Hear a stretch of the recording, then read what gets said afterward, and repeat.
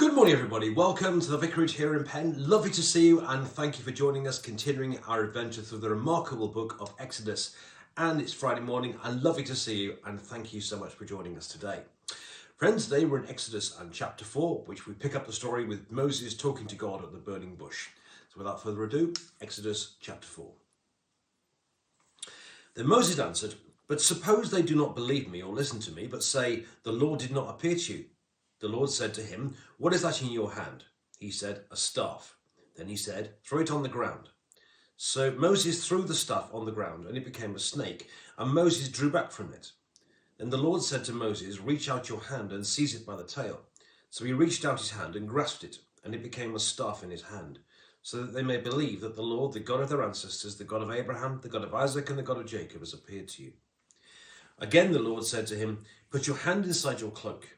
He put his hand into his cloak, and when he took it out, his hand was leprous, as white as snow. Then God said, "Put your hand back into your cloak." So he put his hand back into his cloak.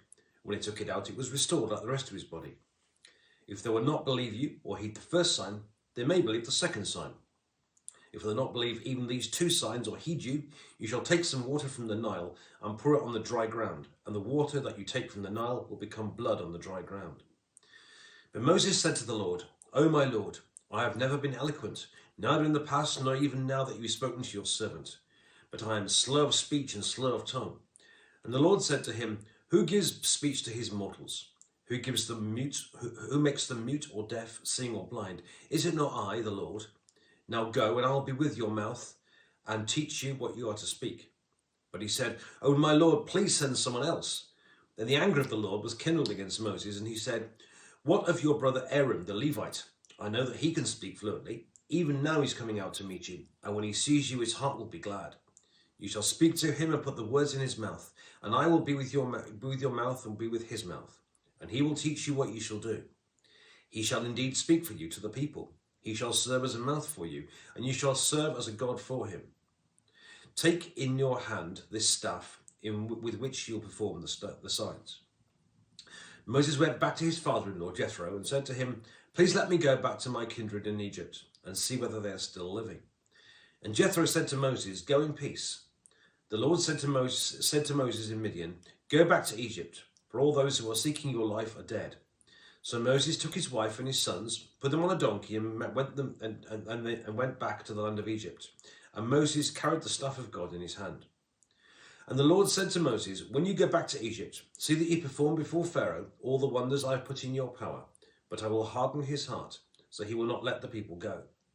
Then you shall say to Pharaoh, 'Thus says the Lord, Israel is my firstborn son. I said to you, let my son go that he may worship you, but you refuse to let him go. I will kill your firstborn son.' On the way at the place where they spent the night, the Lord met him and tried to kill him. But Zipporah took a flint and cut off her son's foreskin and touched Moses' feet with it and said, 'Truly you are a bridegroom of blood to me.' So he let him alone. It was then she said, 'A bridegroom of blood by circumcision.' The Lord said to Aaron, 'Go into the wilderness to meet Moses.' So he went and met him at the mountain of God and kissed him. And Moses told Aaron all the words of the Lord which he had sent him, and with all the signs with which he had charged him. Then Moses and Aaron went and assembled all the elders of the Israelites. Aaron spoke all the words that the Lord had spoken to Moses, and performed the signs in the sight of the people. The people believed, and when they'd heard that the Lord had given heed to the Israelites, and that he had seen their misery, they bowed down and worshipped. And this is the word of the Lord. Thanks be to God. Okay, my friends, this story is essentially this chapter is essentially in two parts. We have the back end, if you like, of God's conversation with Moses at the burning bush, picking up from yesterday, chapter 3, and we have Moses' return to Egypt as the kind of the two parts of this. And I'd like to kind of pick up first what's happened, the byplay between God and Moses. Now, I'd like to pick up a bit from yesterday. Because God appears to Moses, but what you see with Moses is a strong kind of sense of self-doubt. He has a sense of unworthiness, but it clicks into a bit towards the doubt at the end. So God appears to Moses, and Moses comes up with a whole series of doubts, if you like, reasons why he shouldn't do it. I guess he'd been upset by what had happened when he killed the Egyptian soldier, whatever it was, a couple of chapters ago. I guess he was concerned or timid or whatever. But everything he says, God responds to. So when he says in chapter 3, who am I? God says to Moses, I will be with you. Then when he says, what if I go to the people of Israel and say, come with me, and they say, who shall I say sent me? Again, God comes up with an answer. Say, I am who I am has sent you. That's my new name. So God gives the name. Then went to chapter 4 now. He says, what do I do then if they don't believe me? So if I go to God's people and say, look, let's get together and demand freedom from Egypt, from Pharaoh, and what do I do if the people of Israel say, who do you think you are? Why should I go with you? In which case, God says to Moses, I'm going to give you 3 signs, 3 things that you can do to kind of prove that it's God that sent you. Firstly, he says, see that staff in your hand, that stick in your hand, throw it on the ground and it becomes a snake. And then pick it up with the tail, it becomes a staff again. This has been interpreted as being, the snake apparently was a sign of Egyptian royalty. And though by giving Moses the power to turn a snake into a stick and a stick into a snake, what in a sense God was doing here was proving his power, God's power over Egyptian royalty. Showing Pharaoh, if you like, that he may think you're terribly powerful, but actually God is so much more powerful. Could look what I can do with the snake, which is a symbol of Egyptian royalty.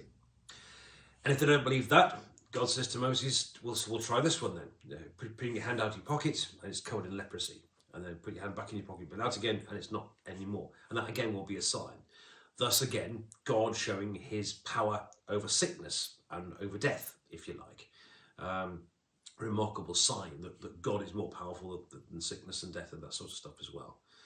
And if they still don't do that, get some water out of the Nile, throw it on the ground, and it will turn into blood.